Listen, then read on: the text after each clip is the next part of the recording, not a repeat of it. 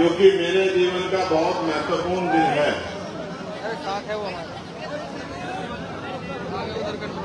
जिस तरह से बालक के पहले गुरु उसके माता पिता होते हैं और बाद में जिस शिक्षक द्वारा उसको पढ़ाया जाता है वो उसके गुरु होते हैं। और गुरु का दर्जा माता पिता के दर्जे से भी ऊपर माना गया है। कहा गया है, गुरु गोविंदो खड़े काके लागे पाए, बलिहारी गुरु आप में गोविंद दियो बताए। कि गुरु का जो दर्जा है वो, क्योंकि गुरु रास्ता दिखाते हैं, वो माता पिता से बढ़कर और जिस ईश्वर को आप मानते हैं उस ईश्वर के बराबर है। तो मेरे राजनीतिक गुरु मानव साहब श्री काशीराम, जिनका आज परिनिर्वाण दिवस है, तो ये दिन मेरे जीवन में बहुत अहमियत रखता है। इस परिनिर्वाण दिवस पे मुजफ्फरनगर मोहना की ऐतिहासिक धरती, बराबर में हमारा बहुत बड़ा तीर्थ सुप्रताल, यहां उपस्थित इस क्षेत्र की महान जनता, मेरी माताएं बहनें, मेरे नौजवान छोटे भाइयों, मुझसे बड़े बुजुर्गों, मेरे हम उम्र साथियों, प्रेस के साथियों, पुलिस के साथियों, मेरे लिए ये दिन जहां एक तरफ दुख का पीड़ा का दिन है कि हमारे रहबर हमें छोड़कर चले गए, और कहने वाले ये भी कहते हैं कि अगर वो 10 साल और जी जाते, शायद इस देश में कमजोर वर्गों के बीच का कोई व्यक्ति प्रधानमंत्री की कुर्सी पर बैठता। किसान, कमेरा, नौजवान, गरीबों का सच्चा हितैषी, महिलाओं का रक्षक इस देश की सर्वोच्च कुर्सी पर बैठता।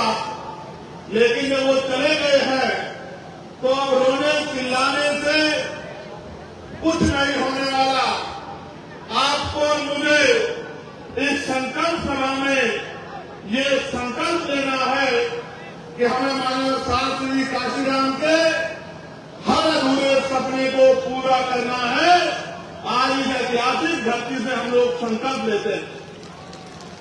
मैं अपनी बात को शुरू करते हुए सभी धर्मों में जन्मे सभी संतों, गुरुओं, महापुरुषों को नमन करता हूं। और उनमें भी राष्ट्रपिता ज्योतिबा फूले, छत्रपति साहू जी महाराज, डॉक्टर बाबा साहब अम्बेडकर, ईवी रामानायकर कल्याण स्वामी, कल्याण ललन यादव, बाबू जगदेव प्रसाद कुशवाहा, जननायक कपूरी ठाकुर, चौधरी चरण सिंह जी, महाराज रामचंद्र वर्मा, संग्राम प्रजापति,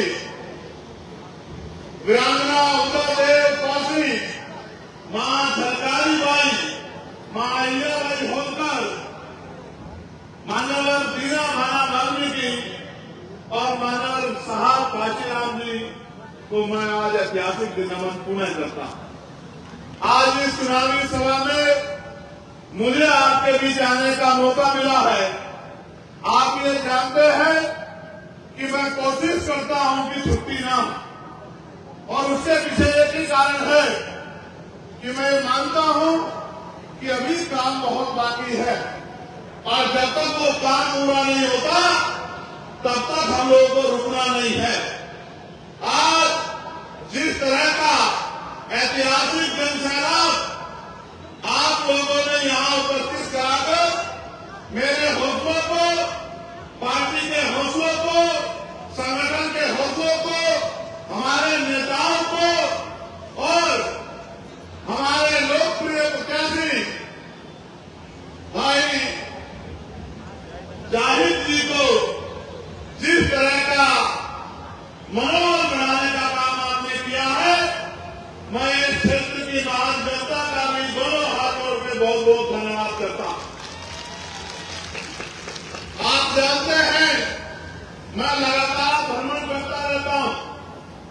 और एक खुशी इस बात की है कि जहां दूसरी तरफ हर पार्टी आर्थिक रूप से बड़ी सक्षम है, उनके कार्यकर्ताओं में बड़े बड़े साधन संसाधन हैं, उनके पास मीडिया को देखने के लिए तमाम तरह के ऐड हैं, व्यवस्थाएं हैं। वहां दूसरी तरफ मेरे भीम आदमी आजाद समाज पार्टी के गरीब घर से आने वाले कार्यकर्ताओं ने मेरी एक आवाज में जिस तरह से पिछले 7-8 सालों से मेरी हर एक बात पे पहरा देने का काम किया, उससे पहले आशा उम्मीद करता हूं कि अगर कोई ईमानदारी से काम करता है तो समाज उसका साथ देता है। इसी तरह का प्यार नगीना में भी आपने मुझे दिया। सभी जाति धर्मों के लोगों ने मुझे वोट देकर और बड़ी बड़ी पार्टियां जिनमें बड़े बड़े नेता हैं, बड़े बड़े साधन हैं, उन बड़ी बड़ी पार्टियों पे भरोसा न करके जिस तरह से नगीना के लोगों ने आशीर्वाद देकर, प्यार देकर मुझे वोट की ताकत से कामयाब बना के भेजा, उसी तरह से जिस तरह की मेहनत मैंने वहां देखी थी, मेरे भीम आर्मी के साथी, हमारे आजाद समाज पार्टी के नेता, उसी तरह के कार्यकर्ता मेहनत यहां इस मीरापुर विधानसभा में भी कर रहे हैं। मेरा विश्वास है जिस दिन चुनाव अनाउंस होगा और वोट पड़ेंगे और परिणाम आएगा, मैं संकल्पित हूं इस मिट्टी के आशीर्वाद से कि मीरापुर विधानसभा हम लोग कम से कम 20,000 वोटों से जीत के जाएंगे। इस बात का मुझे बहुत सम्मानित साथियों, चुनाव लड़ेंगे तो जाहिर ये सच है, लेकिन चुनाव लड़ाएगा उनको एक क्षेत्र, चुनाव लड़ाएंगे उनको पार्टी के संगठन के कार्यकर्ता और नेता। और इस मंच पर उपस्थित हमारी पार्टी के सभी सम्मानित नेताओं का भी मैं यहां पहुंचने पर धन्यवाद करता हूं। जो प्रभारी यहां लगाए गए हैं उनकी मेहनत का भी मैं धन्यवाद करता हूं। जितने साथी जो टिकट की दौड़ में थे और जो चाहते थे उन्हें मौका मिले, लेकिन उन्होंने जिस तरह की वफादारी पार्टी के साथ दिखाई है, मैं उनको संकल्प लेके कहता हूं कि आपके अधिकारों के साथ किसी भी तरह का नुकसान हम लोग नहीं होने देंगे। इस बात का भी मैं आप लोगों को वचन देता हूं। जाहिर भाई का चुनाव में इसी बात पे हुआ कि उनका न कोई क्षेत्र में कोई विवाद है और न ही अपवाद है। वो निर्विवाद व्यक्ति हैं और पहली बार चुनाव के मैदान में आए हैं और उनके साथियों ने जिस तरह से पार्टी के प्रति सम्मान का भाव प्रकट करते हुए उनके हाथ मजबूत करने का काम किया। मैं भाई जाहिर से भी ये कहूंगा, उनके परिवार से भी ये कहूंगा कि उनको इन साथियों को साथ लेकर चलना है, इनकी बात को मजबूत करना है, इनकी बात को कभी कमजोर नहीं पड़ने देना है। और जिस तरह से मंडल के प्रदेश कमेटी के और जिले के संगठन ने हाथों हाथ मेरी बात को मजबूत करने का काम किया, उसके लिए भी मैं उनका कोटि कोटि धन्यवाद करता हूं। सम्मानित साथियों, मानव काशीराम साहब जिनका आज परिनिर्वाण दिवस है, उनके बहुत सारे लक्ष्य और सपने थे। लक्ष्य उन्होंने निर्धारण किए और लक्ष्य लगभग उन्होंने पूरे किए, लेकिन एक लक्ष्य उनका अधूरा रह गया। वो लक्ष्य ये था जिसका मैंने सबसे पहले जिक्र किया कि एक दिन ऐसा आएगा कि बाबा साहब अम्बेडकर के बच्चे, इस विचारधारा को मानने वाले लोग देश की सर्वोच्च कुर्सी पर बैठेंगे। उनकी औलाद होने के नाते, उनके अनुयायी होने के नाते मेरी आपकी हर सबकी जिम्मेदारी रहती है कि हम उनके अधूरे सपने को पूरा करें। करना चाहिए नहीं करना चाहिए बताओ? अगर कोई पिता अपने बच्चों के सामने किसी काम को अधूरा छोड़ के चला जाए तो उनके बच्चों की जिम्मेदारी बनती है नहीं बनती है कि उनके अधूरे काम को पूरा करें। मुझे दोनों हाथ उठा के बताओ कि इस काम को पूरा करने में मेरी मदद करोगे नहीं करोगे? तो आओ फिर मेरी बातों पर गौर करो। आप जानते हैं जब आजाद हुआ 15 अगस्त 1947 को,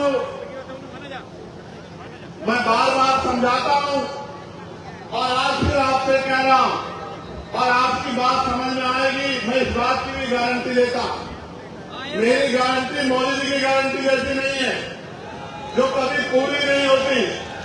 मेरी गारंटी तो वो गारंटी है जो पूरी भी होगी और जिस दिन पूरी होगी आपको एहसास भी होगा। मैं आपको विश्वास दिलाता हूं, जब आप मेरी बात को यहां से सुन के घर की तरफ लौटेंगे और अगले कुछ समय से पहरा देंगे तो आपको एहसास हो जाएगा कि मैंने आपको किस माध्यम से क्या समझाया। तो जब 14 अगस्त 1947 को देश अंग्रेजों के अधीन था, जिस व्यक्ति की जेब में 100 रुपए थे, 15 अगस्त को आजाद होने के बाद 16 अगस्त 1947 को उसकी जेब में 100 रुपए थे। 14 अगस्त को जिसके पास 1 बीघा जमीन थी, 16 अगस्त को आजादी के बाद भी उसके पास 1 बीघा जमीन ही थी। और 14 अगस्त को तो नौकरी पे नहीं था, आजादी के साथ नौकरी नहीं मिली, 16 तारीख को भी वो बेरोजगार ही था। बदलाव ये हुआ कि हम अंग्रेजों के गुलाम थे। अंग्रेजों ने पावर जो है यहाँ की सरकारों के हाथ में दे दी।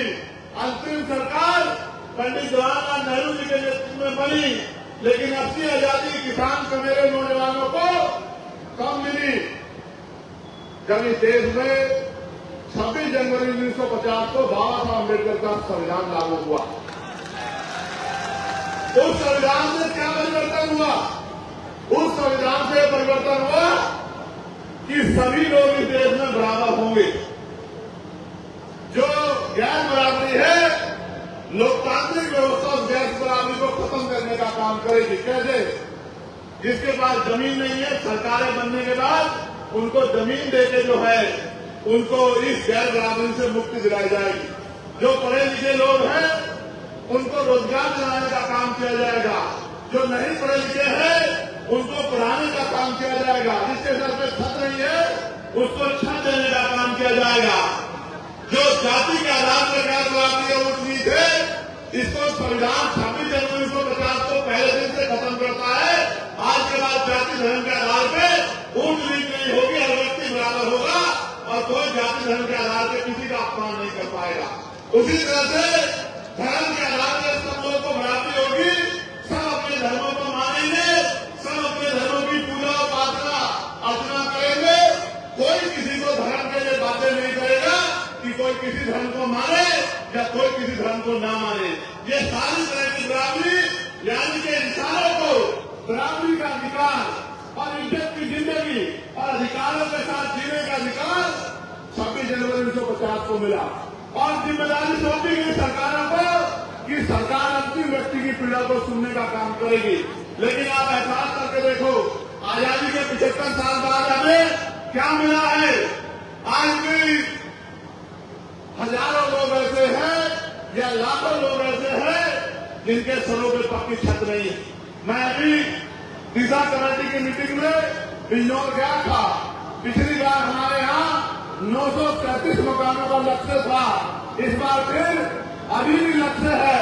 मैंने बैठते हुए कहा कि जिलाधिकारी महोदय, अगर मेरे लोकसभा क्षेत्र में 1 बीघा ऐसा होगा जो कच्चा होगा, जिसके सर पर छत नहीं होगी, तो ये बिल्कुल किसी कीमत पर स्वीकार नहीं किया जाएगा। आप खाता बनाइए, व्यवस्था कीजिए। मुझे प्राइम मिनिस्टर के पास जाना पड़ेगा, किसी और मिनिस्टर के पास जाना पड़ेगा, मैं जाऊंगा और कोशिश करूंगा जो वोट की ताकत नगीना के लोगों ने मुझे दी है, उस वोट से उनकी पीड़ा को हरने का काम करूंगा। तमाम डिपार्टमेंट के अधिकारी थे, मैंने उनसे भी कहा कि बिजली विभाग के जो कर्मचारी है, ये जो लूट मचा रखी है कि अगर 5,000 का बिल होगा गरीब का तो उसका कनेक्शन काट दोगे, उसकी कुर्सी डाल दोगे और पूंजीपतियों के लाखों करोड़ रुपए भाजपा की सरकार ने माफ किए हैं। इनको दिन के आगे कमजोर कर जाते हो और गरीबों को पीटने का काम करते हो। किसानों को बिजली का बिल न देने पर उनके कनेक्शन काटने का काम करते हो। मेरी लोकसभा क्षेत्र में अगर कोई कर्मचारी किसी गरीब को इस नीयत से कि मुझे उससे कुछ पैसे लूटने हैं, ये लूट खसोट का काम करेगा तो उसको किसी कीमत पे बर्दाश्त नहीं किया जाएगा। ऐसे कर्मचारियों पे कार्रवाई करने का काम आपको करना पड़ेगा।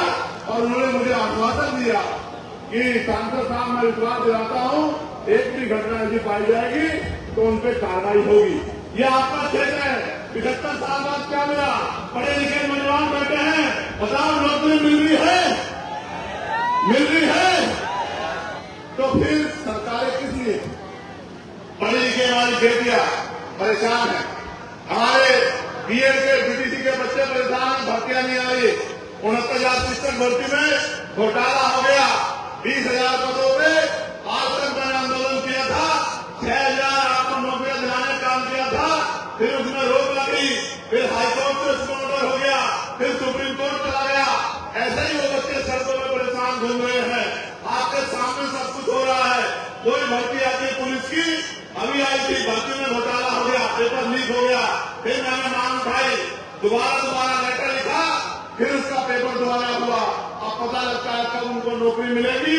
आप ये देखो मिल क्या रहा है। यहाँ क्षेत्र के किसान, ये हमारा गन्ना भाव बैठ है, गन्ना की फसल के जो है ना तो दाम किसान तय कर पाता है और ना नीले समय पे पैसा देती है। आपने जिनको एमएलए बना के भेजा है, एमपी बना के भेजा, वो पता नहीं क्या करेंगे। मैं आपको विश्वास दिलाता हूँ किसान भाइयों, अगर आपने मेरे हाथों को मजबूत करा और भाई गाइड को जो ताकत देने में काम करी, जो मील पैसा नहीं देगी उस मील पे ताला लगा दिया जाएगा जब तक आपके पैसे नहीं मिलेंगे। और आप जानते हैं मेरे यहाँ भिलाई मिल के लोग देरी कर रहे थे। मैंने परसों तक मीटिंग हुई तो जिलाधिकारी ने कहा कि भिलाई मिल वालों को बिठा के समझा देना, मुझे उनसे कुछ नहीं चाहिए, लेकिन अगर किसानों को पैसे नहीं मिलेंगे तो मिल नहीं चलेगी। इस मिल पर ताला लगाने का काम यहाँ का मौजूदा सांसद करेगा, इस बात को आप ध्यान रखना। इसलिए मैं आपसे कह रहा हूँ, मेरे मन में तो बहुत सपने हैं और सपने ये सुनो कि कुटीर उद्योग लगने चाहिए और ग्रामीण क्षेत्रों में महिलाओं को रोजगार मिलना चाहिए। मैं तो बहुत बचपन से देख रहा हूँ, मेरी माँ पशुओं पालती है और पशुओं का दूध बेच के अपने बच्चों को पालने का काम करती है। पूरी जिंदगी उनकी इसी में बीत जाती है, या वो कोयलों पे काम करती है, या वो भट्टों पे काम करती है, या फैक्ट्रियों में जाकर सर से ईंटें उठाती है।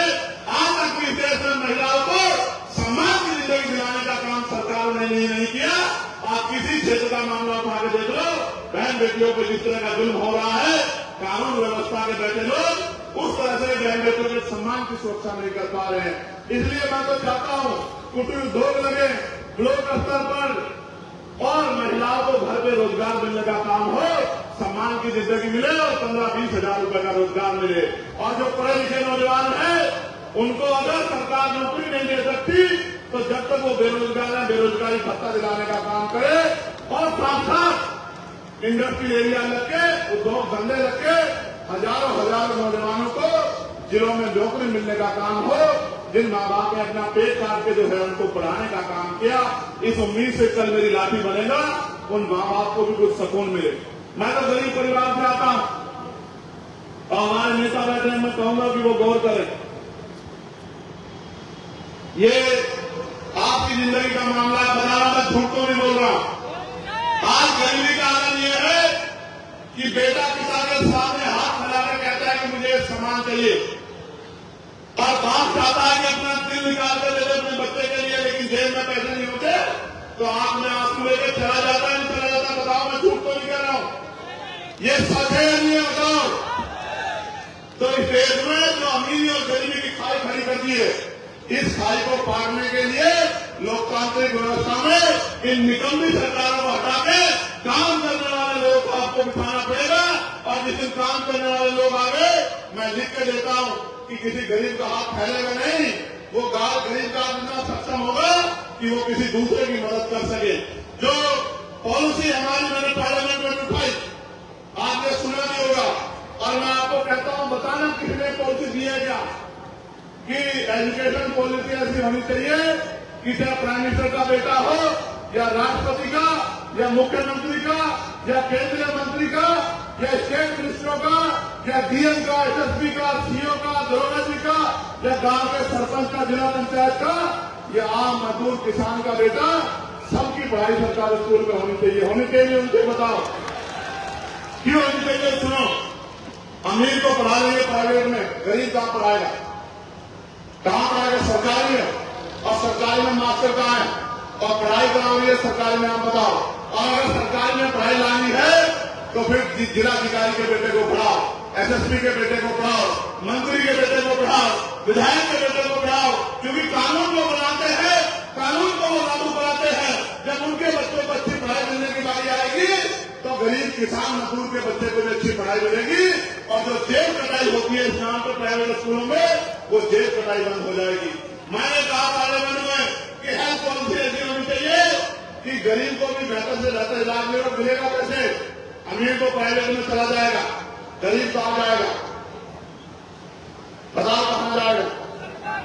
तो मैंने कहा कि सरकारी अस्पताल में सुविधा कब आएंगी, डॉक्टर तब मिलेगा, मशीनें तब होंगी, टेस्ट तब होंगे, दवाइयां तब मिलेंगी जब जिलाधिकारी का बेटा, उप जिलाधिकारी का बेटा, बीडीओ का बेटा, सीडीओ का बेटा, जब विधायक का बेटा, मंत्री का बेटा और खुद बीमार होने पे ये सब लोग, उनके परिवार के लोग, और मुख्यमंत्री हो, उप मुख्यमंत्री हो, या मिनिस्टर हो, या प्रमुख सचिव हो, या डीजीपी हो, जितने भी अधिकारी कर्मचारी हैं, जितने नेता संवैधानिक पदों पर सरकारी मान्यता लेते हैं, गांव के सरपंच से लेके और राष्ट्र तक सबका इलाज सरकारी अस्पताल में होना चाहिए। जब एक बेड पे किसान लेता होगा और दूसरे बेड पे जिले के जिलाधिकारी लेते होंगे या एसएसपी लेते होंगे, बताओ अच्छा इलाज होगा नहीं होगा? बताओ होगा नहीं होगा? बताओ। और आज जो प्राइवेट में जाके जेब कटाई होती है बंद होगी नहीं होगी? आपके जीवन में बदलाव होगा नहीं होगा? तो मैं तो कोशिश करता कि ऐसी पॉलिसियां बने। मैंने एक मांग उठाई थी 29 जुलाई को, आप ऑन रिकॉर्ड पढ़ लेना कि पार्लियामेंट में जाने के बाद हमने क्या प्रयास किए हैं। मैंने मांग उठाई थी कि न्यूनतम वेतन 700 रुपए होना चाहिए। 300-400 रुपए की मजदूरी में गरीब अपने बच्चों का पेट नहीं पाल सकता, महंगाई इतनी बढ़ गई है। तो सरकार को न्यूनतम मजदूरी जो है अभी 10-12 दिन पहले वो बढ़ाकर 783 रुपए करनी पड़ी और अक्टूबर के 1 माह से 1 तारीख से वो लागू हुई। ये किया हमने पार्लियामेंट में जाके। और साथ साथ ये जो हमारे पुलिस के भाई हैं उत्तर प्रदेश के, इनको 12 घंटे, 14 घंटे, 16 घंटे ड्यूटी करनी पड़ती है। मैंने इनके लिए भी मांग उठाई कि इनको 8 घंटे की जो है ड्यूटी होनी चाहिए और सप्ताह में 1 दिन इनको छुट्टी होनी चाहिए और बॉर्डर स्कीम से इनको जो है बाहर करना चाहिए। इनकी वेतन विषमता दूर होनी चाहिए इनको भी, क्योंकि ये भी जनता की सेवा के लिए है, तो इनकी परेशानियों को भी सरकारों को सुनना चाहिए। मैंने होमगार्ड के भाइयों का वेतन बढ़ाने की मांग उठाई। मैंने आशा, आंगनबाड़ी, भोजन माता जो है जिनको 2-4-6 हजार रुपए मिलते हैं, उनका वेतन 21,000 रुपए मिनिमम होना चाहिए। इस बात की मांग भी मैंने उठाई। और जो ग्राम में सेवक है, इनको ग्राम रोजगार सेवक कहते हैं। इनका एक पत्र भी मेरे पास आया है, जिनको ग्राम प्रहरी कहते हैं, चौकीदार कहते हैं। इनकी वेतन वृद्धि हो, इनको भी न्यूनतम 20,000 रुपए वेतन मिले, इसकी मांग भी मैंने पार्लियामेंट में उठाने का काम किया। पार्लियामेंट में तो मैं इस मांग को जोर शोर से उठाया, लेकिन असेंबली में कौन उठाएगा? मैं असेंबली का हिस्सा नहीं हूं। असेंबली में वो उठाएगा जिसको आप चुन के अपनी वोट से विधानसभा में भेजने का काम करोगे।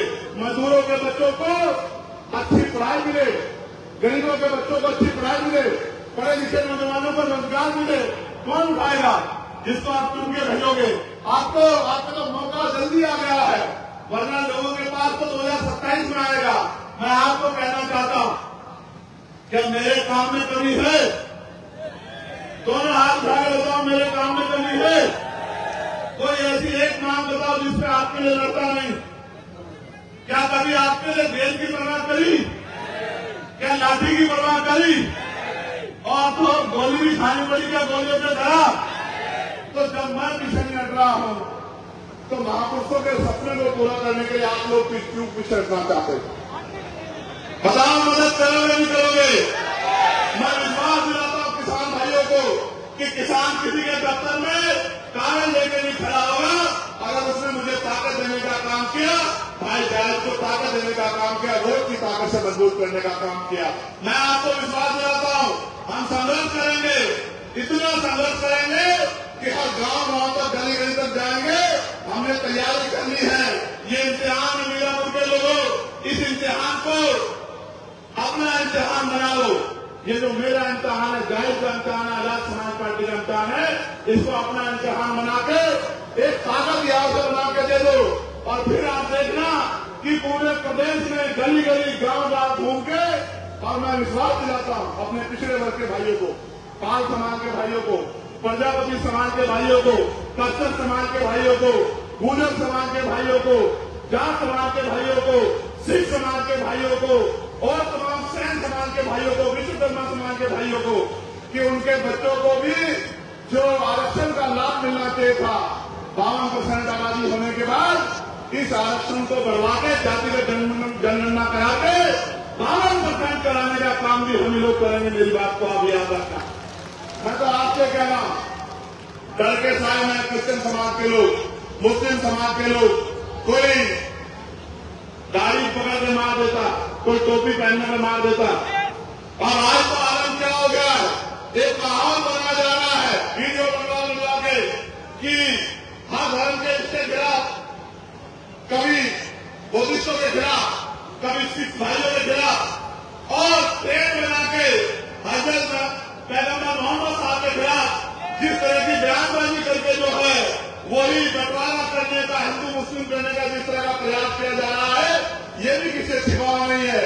और ये जो लोग भाषण देते हैं चाहते हैं, मैं आपको भी सावधान करते हुए कहना चाहता हूं, ये चाहते हैं कि आप इलेक्शन करें, सड़कों में आए, और जब आप सड़कों पे आएंगे तो इनका एजेंडा कामयाब हो जाएगा। जो सरकार में लोग बैठे हैं, मैं आपको कहता हूं, आप बताओ सड़कों पे जब आपने हमें वोट दी है और हमारा साथ देने की बात कर रहे हो, तो आप पे आंसू पोंछने का काम और आप पे हर उठी हुई उंगली को रोकने का काम हम लोग करेंगे। इस बात का भी मैं आप लोगों को विश्वास और वचन देता हूं। लेकिन मैं आपसे कह रहा हूं, इनकी कठपुतली मत बनो, इनकी बातों में मत आओ, ज्यादा लापरवाह मत बनो। आप समझदार लोग हैं, ये कोई बहुत ताकतवर लोग नहीं है जो इस तरह की भाषा का प्रयोग कर रहे हैं। और किसी धर्म के लोग इनको पसंद नहीं कर रहे, यहाँ तक कि हिंदू धर्म के लोग इनको पसंद नहीं करते, लेकिन ये अपने नेताओं के एजेंडों पर काम कर रहे हैं।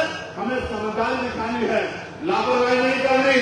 मैं आपको भी कहना चाहता हूं, जाहिर भाई प्रत्याशी है और वो मेहनत कर रहे हैं, और मैं अपने साथियों को कहना चाहता हूं, पुराने साथियों को जो मैं देख रहा हूं कि आज जो है वॉलंटियर की ड्यूटी कर रहे हैं, मैं उन सबको कहना चाहता हूं, हरियाणा में परिणाम हमारे फेवर में क्यों नहीं रहे, सुनना चाहते हो? करनी बात है, इसलिए मेरे फेवर में, क्योंकि वहां आप विरोधियों से नहीं लड़ रहे थे, आपस के मन मुटाव से लड़ रहे थे। मैं जानता हूं आपकी ताकत को। जब जब आपने एकजुट होकर काम किया है संगठन और पार्टी के लोगों ने, तो फिर कोई लक्ष्य नामुमकिन आपके लिए नहीं है। लेकिन जब जब आपने मिशन से भटककर किसी व्यक्तिगत स्वार्थ पे या अपने आप को किसी को नीचा दिखाने के लिए काम किया है, तो उसका नुकसान पार्टी संगठन को हुआ है। मैं आपकी ताकत से वाकिफ हूं। मैंने आपकी ताकत दिल्ली में देखी, जब मैं पहली बार का मेरे ऊपर मुकदमे लगे और आपने दिल्ली लाने का काम किया। मैंने आपकी ताकत एनआरसी के आंदोलन में देखी, जब आपने मेरी एक आवाज पे पूरे देश में आंदोलन करने का काम किया।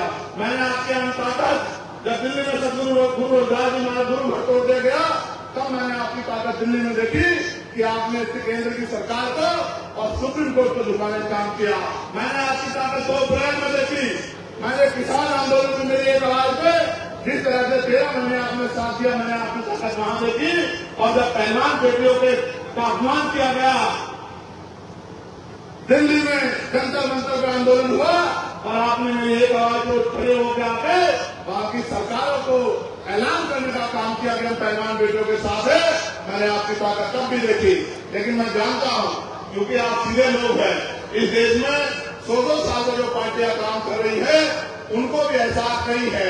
उनके आगे कुछ अच्छे बुरे लोग हैं, लेकिन आपको लक्ष्य को लेकर निकले हैं। आपका कोई अपना लक्ष्य नहीं है। आपका लक्ष्य हाथों में अंतिम जो व्यक्ति है उसको सम्मान और सुविधा और अधिकार दिलाने का लक्ष्य है। तो मैं आपसे कहूंगा, ये जिम्मेदारी मैं उन लोगों के भरोसे छोड़ता हूं जिन्होंने मेरे आए बगैर ही आटा जिला पंचायत मुझे यहाँ से जिता के भेजे थे।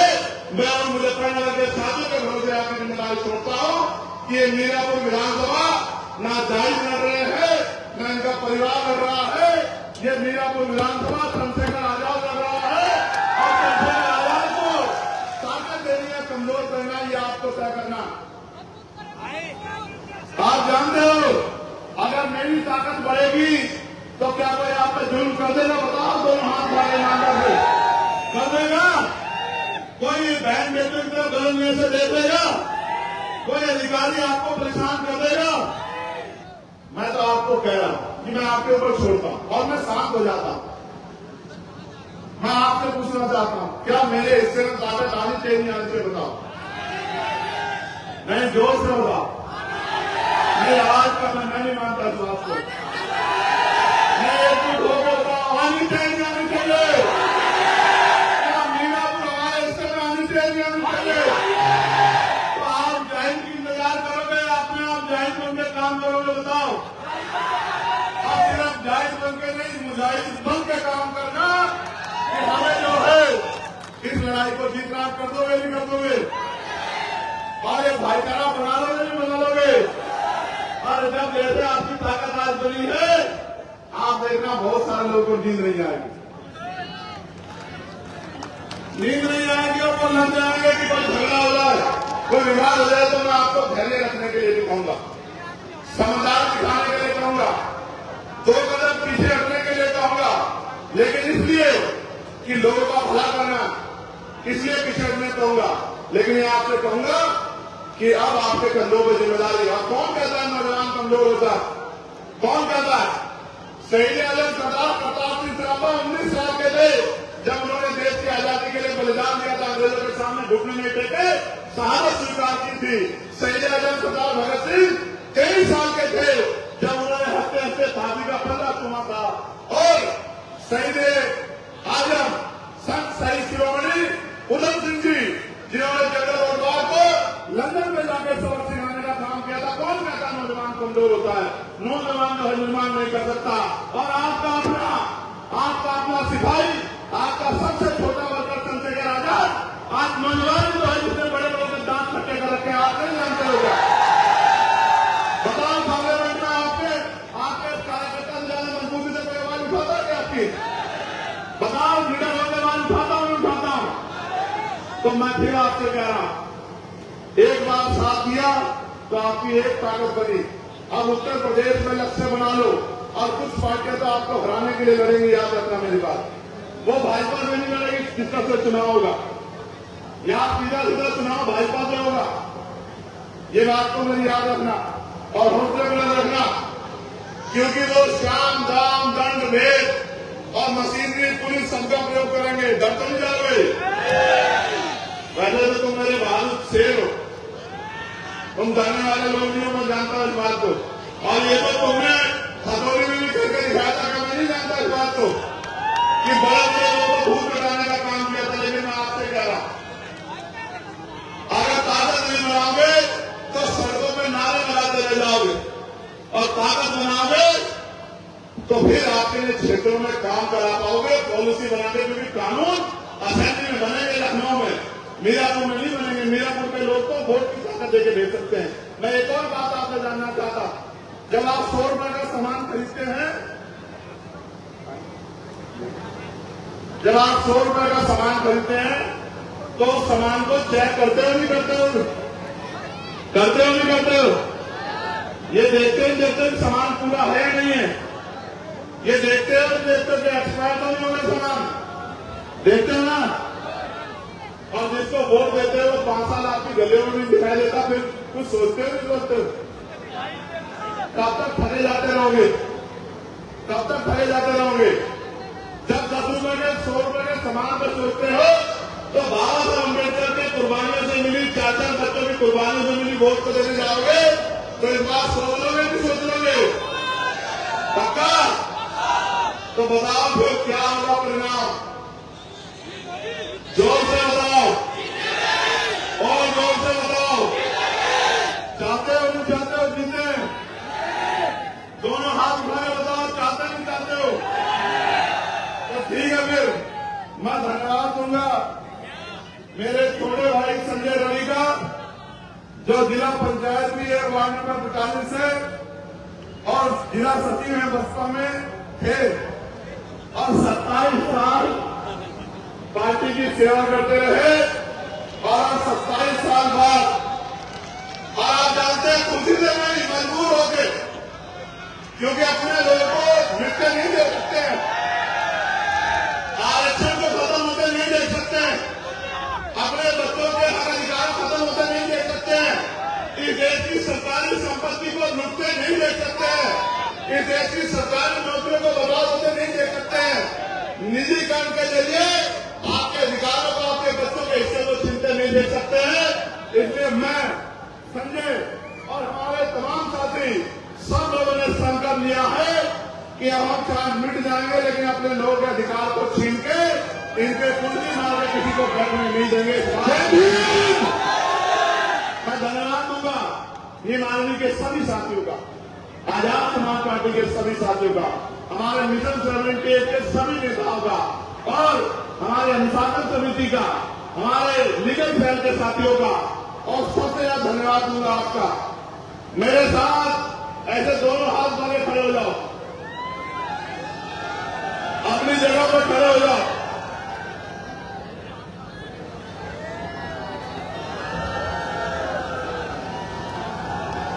जय भीम, जय भारत, जय जवान, जय किसान, जय मंडल, जय जोहर, मीरापुर की जनता जिंदाबाद, मीरापुर की माता बहने महान जनता जिंदाबाद, अच्छा मेरे साथ रहोगे तो जिंदाबाद रहोगे, और अगर किसी और के चक्कर में पड़ोगे, सुनो एक कहावत है, आज मांगे तो मांगे तो वही मिलेगा जो मिलता है। बताओ बदलाव चाहते हैं नहीं चाहते हो? दोनों हाथ उठाकर बताओ बदलाव चाहते हैं नहीं चाहते हो? तो मेरे संदेश को गांव पहुंचा दोगे नहीं पहुंचा दोगे? अपने आप से वर्कर नेता बनकर काम कर लोगे नहीं कर लोगे? इस लड़ाई में मेरी मदद कर दोगे नहीं कर दोगे? पक्का? दोनों हाथ उठा के चलो फिर ठीक है। आप सबके बहुत बहुत बधाई और शुभकामनाएं। और आज के सफल कार्यक्रम के लिए जिला कमेटी का, मंडल प्रदेश कमेटी का, दोनों संगठनों की और हमारे सभी नेताओं का बहुत बहुत धन्यवाद।